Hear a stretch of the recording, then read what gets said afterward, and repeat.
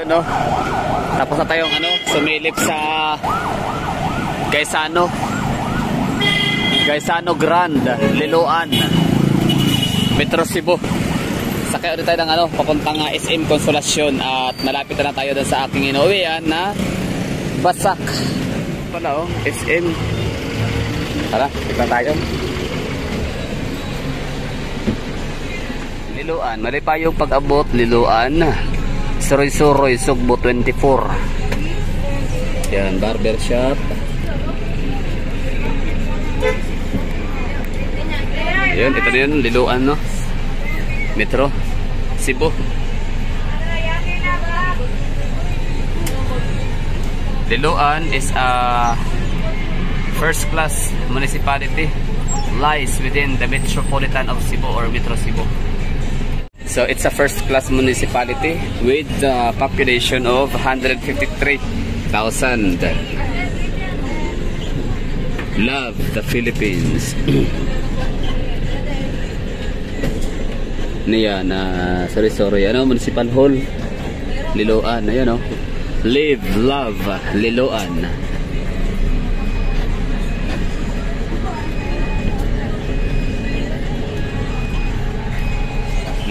So ito pala yung papuntang ano yun, Tuyod, papuntang Lapu-Lapu City. Okay, pwede pala yun. I mean, meron pala. So uwi natin na ay SM Consolacion na naman, no? At na makahanap ng pagkain. Wala kasi masyadong pagkain dun sa sa Gaisano Grand Mall.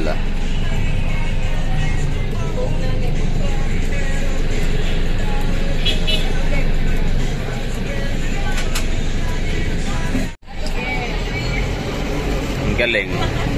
Live, love, Liloan. Live, love, Liloan. Live, love, Liloan. Diba? Yung ganyan mga efforts, no? Maaaring simple lang siya, pero diba? Yan, nilinisan, pinapaganda. Maaaring simple lang siya, pero malaki ang niya, ang kanyang magiging impact niyan. So, galing, no? Ang Cebu talaga, as a whole, sila, parang focus sila sa tourism talaga sila. Sa bagay, galing naman, parang hindi naman yata maganda na galing sa Cebu province or sa Cebu region of Cebu or Cebu Island ang ating tourism secretary, no?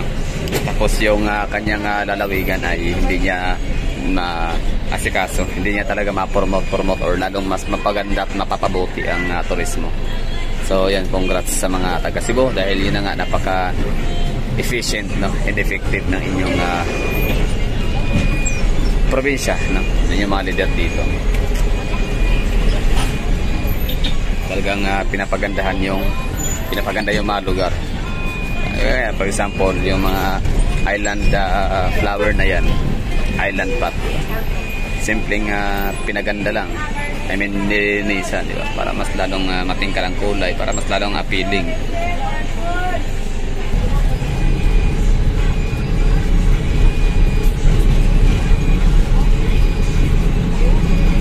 Ang probinsya lang ng Cebu ay kulang sa prutas. For example, avocado, wala masyado, o baka hindi season. Ayan, so itong area na to ay medyo siya, napaka-alive na lugar. Lahat ng mga business dito kumikita ng kabuhayan kasi maraming tao. Ang lugar ay Yate, Barangay Yate, Consolacion. Hindi ako sure kung anong municipality, basta Yate or Yate. Ayan, ganda, matao siya, diba? So napaka niya talaga, ang tawag nito, napaka legit, ibig ko sabihin napaka strategic na Metro Cebu. Talagang siya, lies, no? lahat ng mga municipalities lies within the Metropolitan of Cebu or Metro Cebu. Sa Davao kasi, maganda din naman ang Davao. Siguro kung ma-develop talaga masyado ang Davao region, from Davao City, Poblacion District hanggang sa may Bunawan, Barangay Bunawan, tapos Panabo City, develop ng Panabo City, no? Ano din sila, developing city ang Panabo.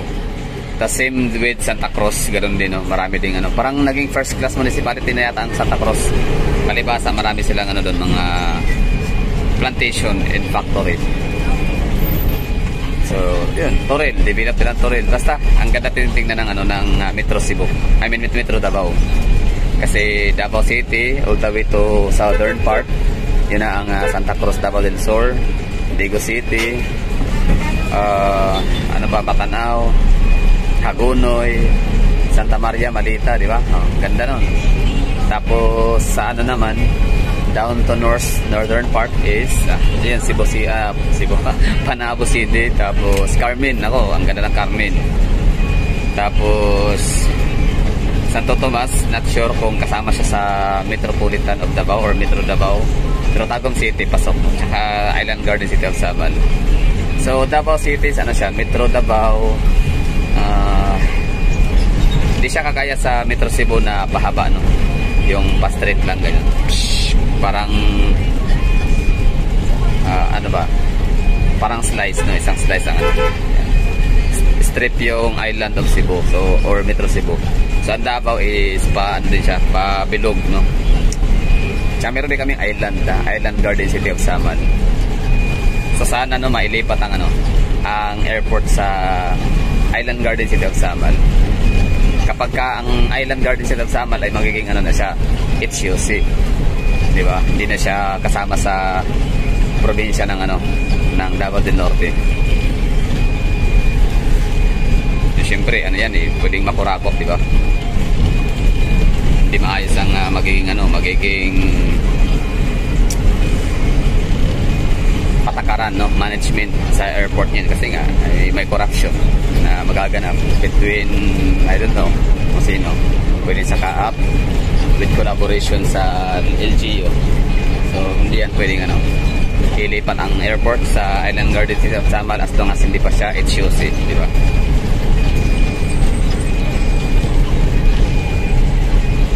Tsaka mahihirapan ng mga taga-Davao niyan. Tapos wala pang tulay, di ba?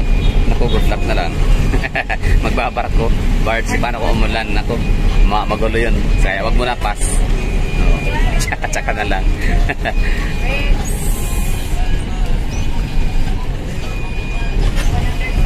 Ayun, liloan na tayo. Ay, sorry, Consolation pala. Yan o, tanan na natin yung SM.